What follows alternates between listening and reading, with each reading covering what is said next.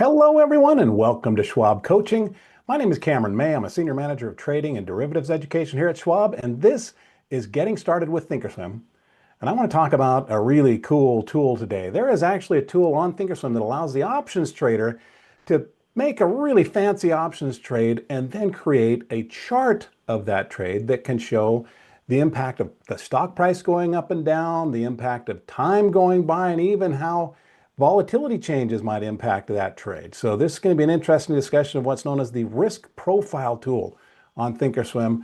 We'll be getting deeply into that tool, showing how it works, how we might apply an options trade to that. But before we can get to that, though, let me first of all say hello to everyone who's already chatting in. Great to see all the familiar names again. Yes, I've been gone for a few weeks. I'm back. But hello there, Ted and Scott, Wacky Whack. We have Juan and everyone else. Who else is here? I could scroll up through, but great to see all the familiar names. If you happen to be here for the very first time, I want to welcome you as well. And if you're watching on the YouTube archive after the live stream is concluded, enjoy that recording. It's a great way to watch these webcasts. But be aware that you're invited to join us in the live stream audience. If you'd like to be here, this is a Wednesday webcast series, and we kick things off promptly at 2 Eastern time. Now, I also want to let you know that my very good friend Barb Armstrong is joining us in the chats. Well, Barb's going to be keeping an eye on things, on the conversations going on. And if questions come in that I'm not able to get to just during the flow of the presentation, Barb's there to help pick up the slack for me. So thanks for having my back there, Barb. Barb and I would also like to issue an invitation to everybody watching, whether you're in the live audience or you're watching on the archive, to follow your favorite Schwab presenters on social media. You can find Barb and me on X. You can also find us on LinkedIn. So you can find Barb there on X at Barb Armstrong CS. You can find me on X at Cameron May CS. But you can also find me on LinkedIn. Just go to linkedin.com/in/Cameron May CS. But let's get to it. And of course, as we dive into this discussion of options, we need to be aware that options certainly carry risks. So bear this important information in mind. All corporate or issuer names and market data shown are for illustrative purposes only and are not a recommendation, offer to sell, or a solicitation of an offer to buy any security. Options carry a high level of risk and are not suitable for all investors. Schwab does not recommend the use of technical analysis as the sole means of investment research, and investing involves risks, including loss of principal. All right, so with that accomplished, let's set the agenda for today. Today's going to be all about learning how to use Thinkorswim's powerful risk profile tool, which is a charting tool that's commonly used by our options traders. Now, I have to make you aware this one has a little bit of a learning curve. How many of you are actually familiar with the risk profile tool? Whether you use it on a regular basis, you just know how it is, and maybe you've stuck it on a shelf, you get to it occasionally. Let me know, are you familiar with that tool or not? Because I think this one, yeah, it can be a little bit daunting because it is so powerful, but I want to remove that mystery from the tool. We're going to be applying an example trade to the risk profile tool and showing how that tool can provide really important insights for how an options trade might play out as price changes, as time goes by, as volatility levels fluctuate. It's a great tool. So let's get to it. Let's go right to the Thinkorswim platform. And here's just an example chart scenario. Let's put ourselves in the shoes of a hypothetical options trader out there. Maybe they've been keeping an eye on Apple. They noticed that it recently broke through its December highs, and those seem to be acting as new support levels or new price floor, starting to rise again. Down a little bit today, but let's say that it's our trader's conviction that Apple for, let's say, the next month. So right now, as of the recording of this webcast, it's June 17th. Let's say looking out to the July 17th expiration, maybe our trader just thinks that Apple's likely to be above 290, more likely to be above than below. Actually, mathematically, that's accurate to state, but of course, it could come right back down through. But in any case, what we're going to be doing today is setting up an example vertical spread trade. Now, I'm not talking deeply about what vertical spreads are. We have webcasts on those, just to let you know if you're not terribly familiar with options. You can learn about those. If you're new to Schwab Education, make sure that you have subscribed to our Trader Talks channel on YouTube. You can just pop down below the video stream right now, click on the subscribe button. It doesn't cost anything to do that. And this is where you can find our live streams like this one right now, or you can find the playlist of previously concluded webcasts. So if you want to learn about option strategies, you can maybe watch a playlist of a different webcast series that I teach on Tuesdays. It's called Getting Started with Options. You can find that, go to playlists, just scroll all the way down to the bottom, and you'll see Getting Started with Options right here. There's our full playlist right there. All right, Ricebird says you're familiar with this tool, but you like reviewing and learning more about it. Very good. Yeah, let's try to make sure that if we have no experience with it, we're getting comfortable with it. If we're comfortable with it, we get maybe a little bit more adept with it. All right, but let's just say that our trader thinks that we're going to be above 290. So we're going to set up a 285, 290 long call vertical spread. Buying the 285, selling the 290. Let's go to the trade tab. If you don't know what that is, just know this is a trade that works best if the stock is above the highest price as we get to expiration. So that's why I have a green box drawn in here. This trader might be looking out to July 17th and hoping to be above 290. That's how this trade would likely work out best. All right, so let's go to our trade tab. Let's make sure we're looking at Apple, and let's go down to the 17th of July, and we're going to construct that vertical spread. So here it is, the 285, 290 calls are what we're going to be focusing on right over here.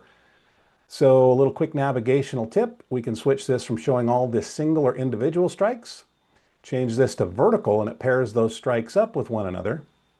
And now we can see there's our 285, 290 strike pair for this vertical. And I'm going to click on the ask price to construct a theoretical vertical spread. And what I might do here, how about we use a round number? Let's go for like $3.70. Let's say that our trader is willing to spend up to $3.70 per share to enter into this contract.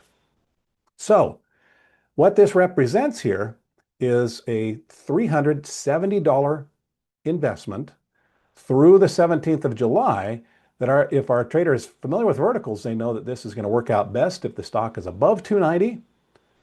Doesn't work out so well if it's below 285. And there can be other outcomes in between. Well, wouldn't it be nice if we just had a chart that showed that? How much can we make? How much can we lose? What's the probability of those things happening? And how might time play a role and volatility play a role in the meantime? So this is going to take us to that risk profile tool. So we have an order for just one contract on both sides. I'm going to right click on this order and select Analyze Trade. So this is going to allow us to analyze this trade in a number of different ways through what's called the risk profile tool. You'll notice as soon as I selected Analyze Trade, it took us to the Analyze tab, and mine defaulted the risk profile tab. If it happened to fall onto another one, just click on risk profile and it'll bring up this chart. And what you'll notice is that this chart consists of two lines. By default, the color scheme might be a little bit different depending on your own settings, but I have a gold colored line or sort of an orange colored line and then a blue line. Now, is this visible enough for us right there where we can see that gold color? I think so. I think that'll work.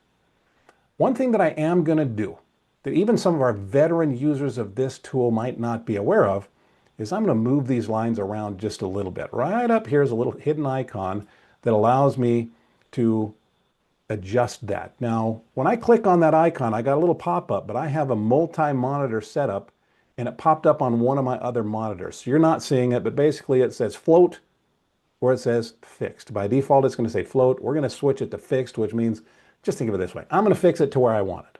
All right. So I'm going to check fixed, and then I can just sort of click on this right side and drag it up and down. See what that's doing?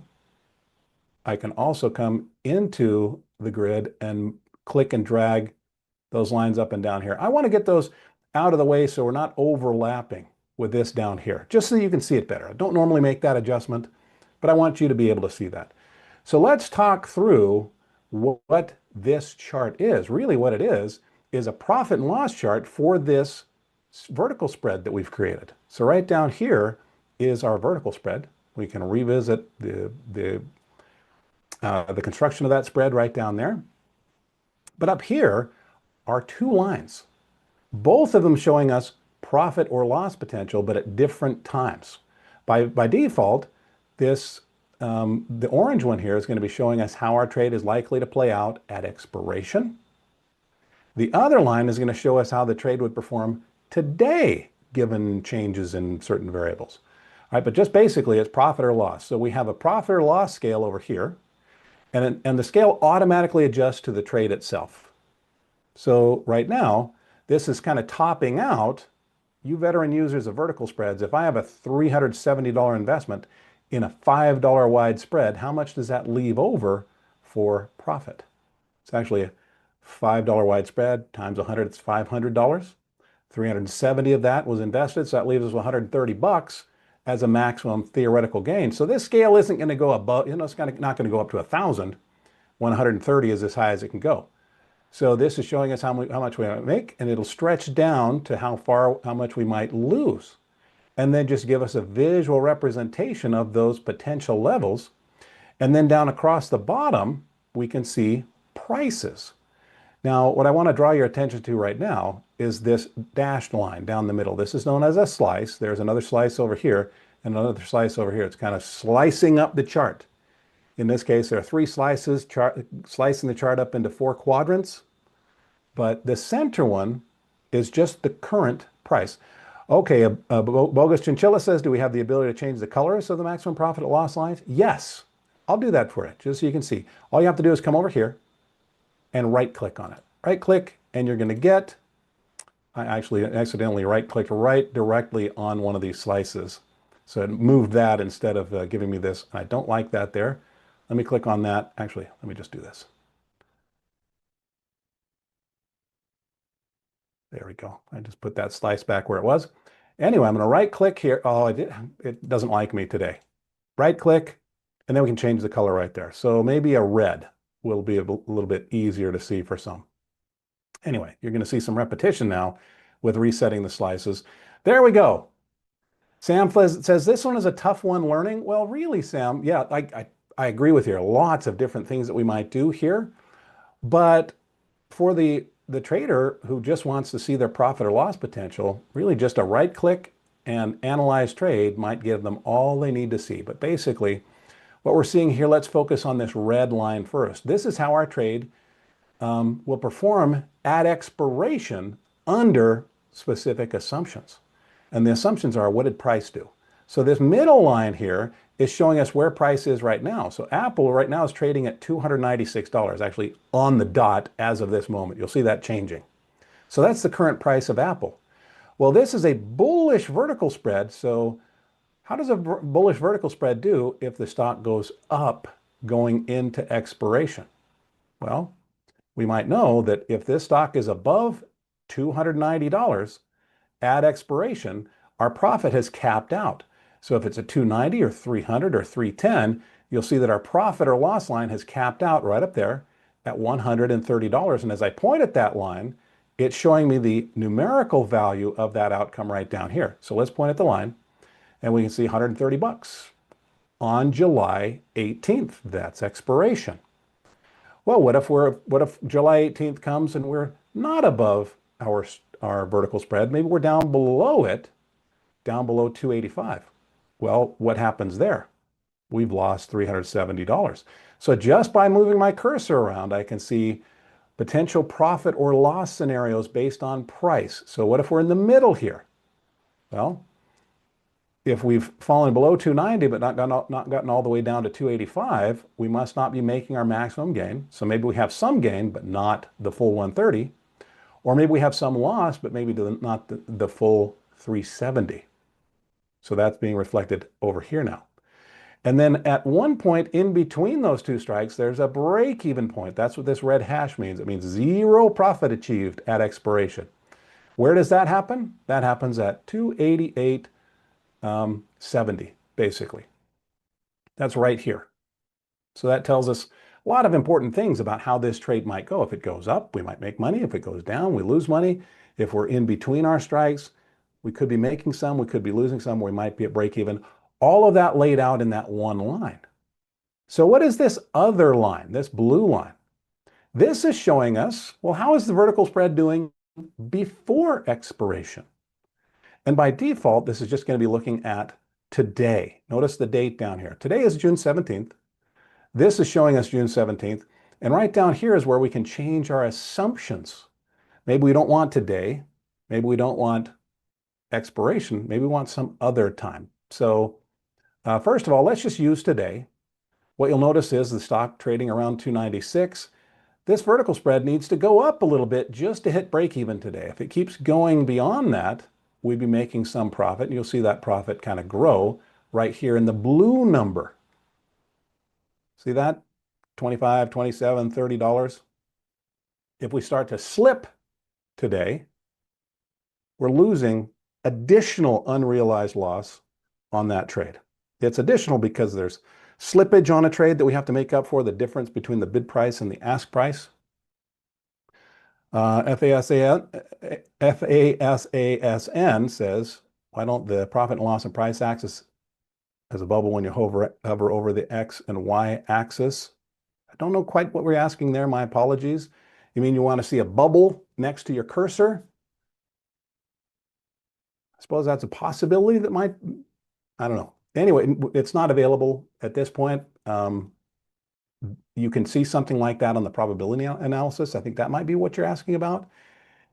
But let's play with this other line.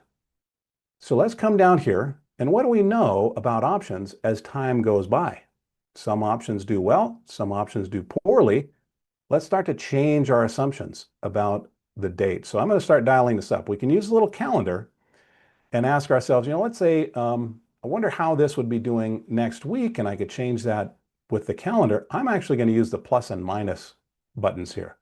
And let's just go forward in time. There's June 18th, June 19th, and as I do this, keep your eye on this blue line. You see what's happening there? Our break-even point is moving to the left. The stock, in other words, doesn't have to go up as much because time is actually working in the favor of this trade because the stock's already above 290, and the closer we get to expiration, the better for this trade as long as the stock is still above 290.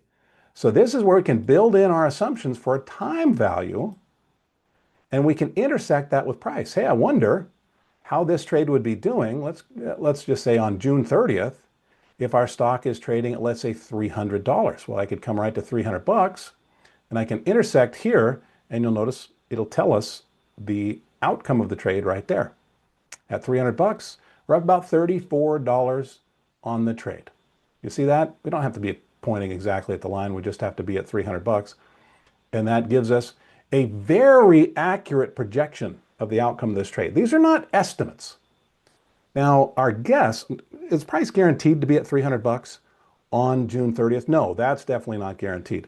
But if it is, and I don't give guarantees, but what I can say is that this tool is precisely accurate given our assumptions are accurate because it's built using the same algorithm that actually generates the prices of options. So, Sam, you're saying we need to uncheck for stock. I don't actually have a stock position here, so it shouldn't be affecting this. You'll notice if I uncheck that. But that's true. If we did have a stock trade in this, it wouldn't be analyzing just the outcome of our option. It would be analyzing the outcome of our option plus our existing stock position. Good point. But I'm just going to check that. That's how we could take that stock out of the discussion if we already owned a position. We don't. All right. Now, so what we're seeing is this tool can tell us profit or loss based on price movement. It can tell us profit or loss projections based on time and price. But there's another variable known as volatility. Volatility levels can certainly impact the pricing of options as well. Now, I'm going to show you in just a moment how we can change that volatility level, but I just noticed that there is a survey link that's been added to the chat window for those that are here in our live audience. So if you do me this favor, if you're in the live audience, if you would click that survey link and then fill out that survey after the webcast is over, you can give me some honest feedback. That will definitely be appreciated. I always read through those comments, and I read through that data, and it certainly helps. It's never a wasted effort on your behalf. So thanks for doing that. Sam's saying now change the date to July 17th. Do you want to just go back to the default there, Sam? Yep. Notice that not any change because there's no stock position here. There we go. But how about we crank this back out to, let's go back here to June 30th. I'll use the calendar. But basically what you'll see is this blue line, as we get closer to expiration, it's kind of shifting itself closer and closer to the expiration date line because essentially at expiration they would both merge because they'd just be the same thing. But the final thing I want to do is change the volatility. Where can I change that? Now, by the way, yes, we can navigate between different options pricing models. There will be teeny tiny distinctions on the order of less than a penny probably if we switch up our models. I'm just going to leave it here at the Bjerksen Stensland model. But let's get our volatility variable. As volatility rises, it can impact options prices. As volatility drops, it can impact options prices. Well, we can find that variable by this little gear icon right here. So if you're looking for it and you're not finding it, that's because it's hidden. So if I click on this, there's our volatility adjustment. And let's just say maybe our trader thinks that volatility levels might rise between now and the expiration of their contracts. Well, if I click the plus sign, keep your eye on the blue line again, and let's just see what happens here. What you'll notice, and really as a visual reference point, the little red line can also be helpful, that break-even line. But as I'm moving this up, what are we noticing about the volatility?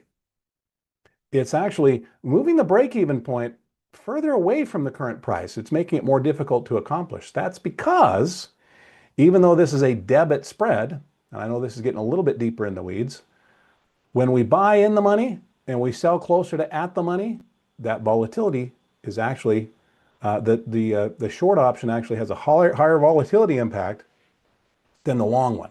So that's being reflected here. But we can see the reflection, the impact in volatility here. So basically a trader could ask themselves, okay, how does my trade work out at expiration? Or how might it work if the stock price has risen to a certain point on a given day while volatility has changed?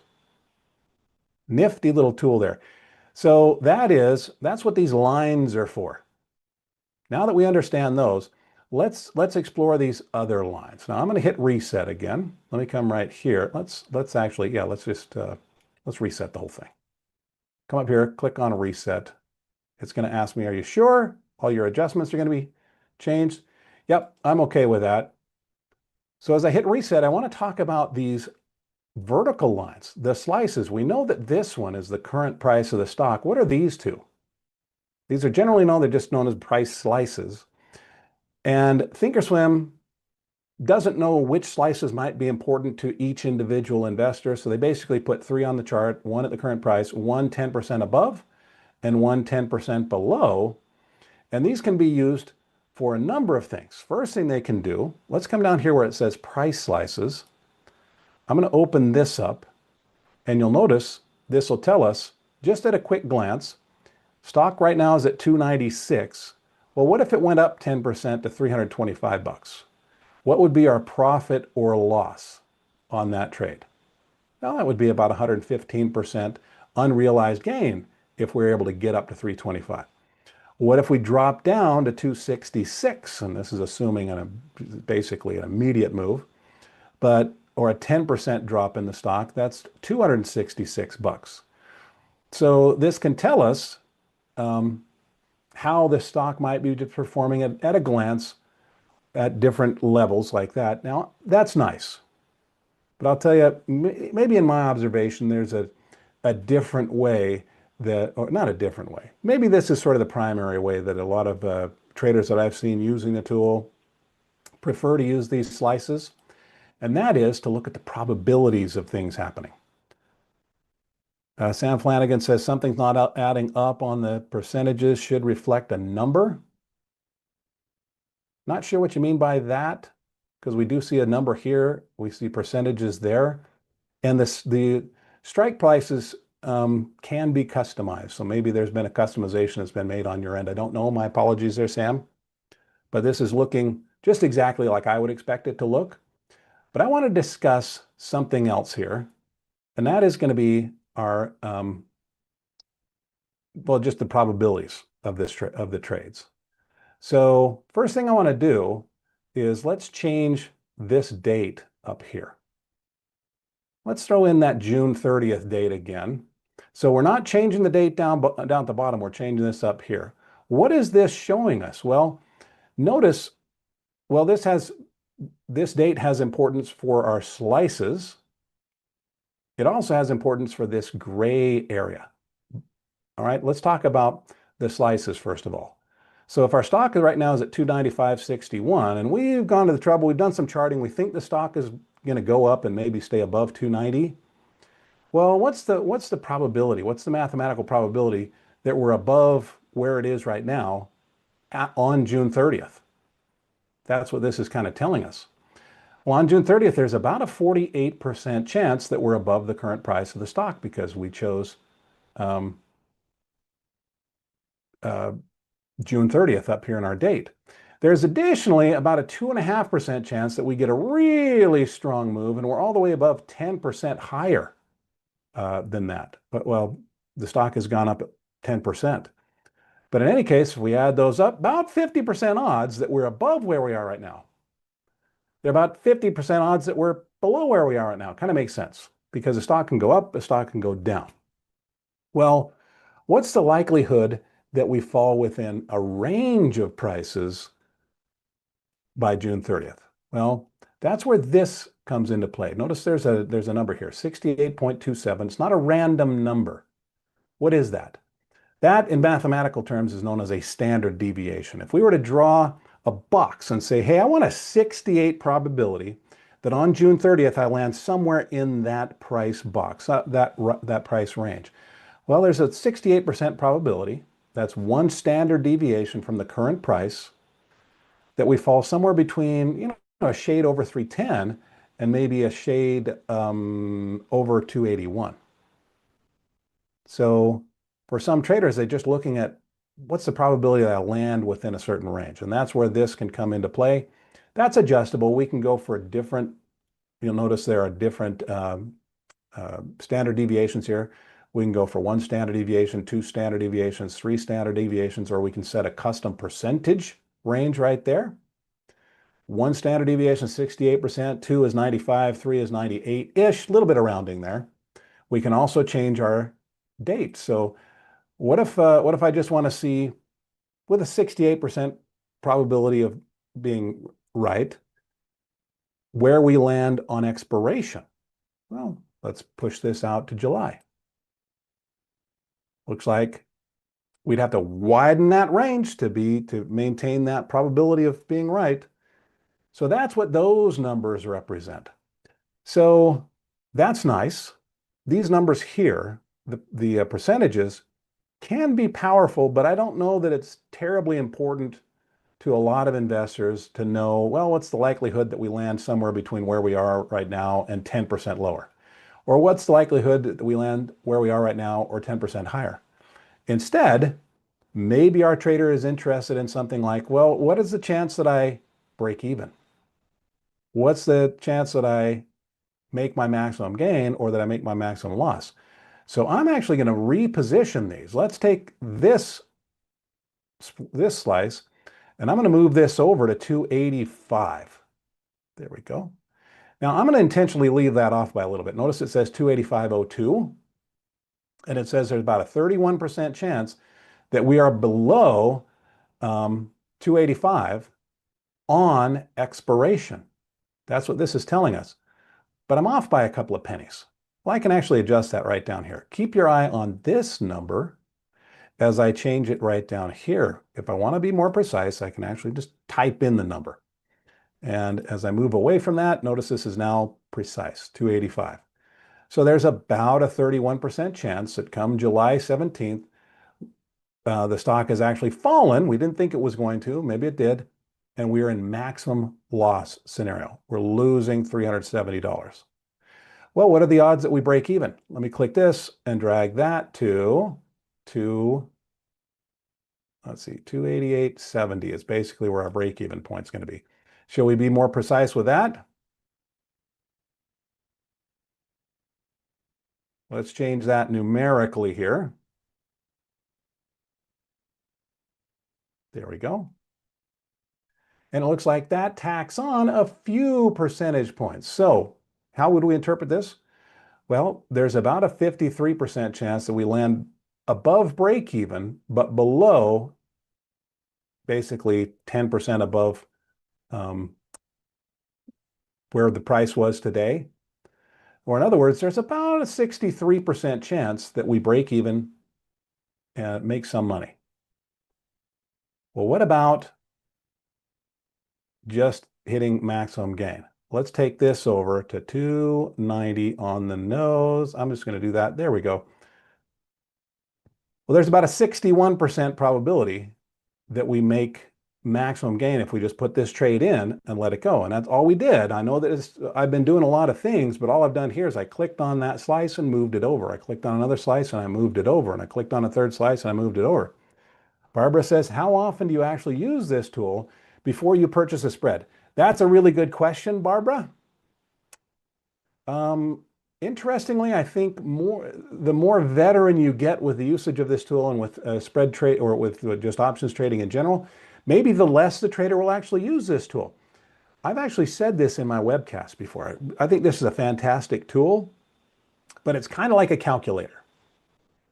And if we go back to our elementary math and we say, if you were to ask little 6-year-old Cameron May, hey, what's 5 plus 7? I would kind of struggle a little bit and ultimately come up with this 12, right? Well, if my teacher's nice, they hand me a little tool called a calculator. I can just plug that in. 5 plus 7 is 12. That's great, except if they hand that to me too frequently at too early an age, I never learn why 5 plus 7 is 12. I just have a tool that tells me that it is. So I become dependent upon the tool. So with my webcast, you'll commonly see me intentionally not use this tool because I'm teaching the why. And then once we're comfortable with that, we can use this if we want to. But I think that for a lot of traders, they actually get to a level where they already know. When I put on a vertical spread, I have a little image in my mind. I know roughly how much, I know not just roughly, if I'm doing a $3.70 spread, I know it can make 370 bucks, or pardon me, lose 370 in this case, make 130. I can do those numbers in my head. I don't have to come here and look at a line that tells me, but it's still very useful. Calculator is still very useful. Even if we know how to do math in our heads, if we don't want to expend the intellectual energy to do that, kind of nice to have, right? Ted says, once you do a lot of this sort of trading, it becomes intuitive. Exactly right, Ted. So it's not me being dismissive of the tool. I think the tool has its place along that learning curve for each trader. And then they can just kind of choose whether they actually use it from one example to the next. Now, there is something else where, yes, I think even the most veteran traders will still come back to this tool. And that is if they have a very complicated trade or if they have a whole bunch of trades in play all at once. That can just be too much. You can't keep ahead of that. You know, if I've got an iron condor here and I got a vertical spread there, I got a couple of single leg options on these other equities or stocks, and they're all expiring at different times. They all have different biases, and I'm just asking myself, geez, I've just lost my bearings. I don't even know if the S&P goes up, 100 points tomorrow. Is that good or bad for the portfolio? Good question. And this tool has an answer. Yep. So what we can do there is instead of just analyzing, let me click on the little price slices here. Price slices are nice. So they can tell us how we're potentially making or losing money there. But let me do this. I'm going to close up the price slices there. Let me just hit the reset button one last time. Yes. So I'm going to come now down to this line here. And notice right now it's saying, hey, we just want to look at this one symbol. We're only looking at Apple. It doesn't matter how many other positions we have in our portfolio. It's only looking at the one.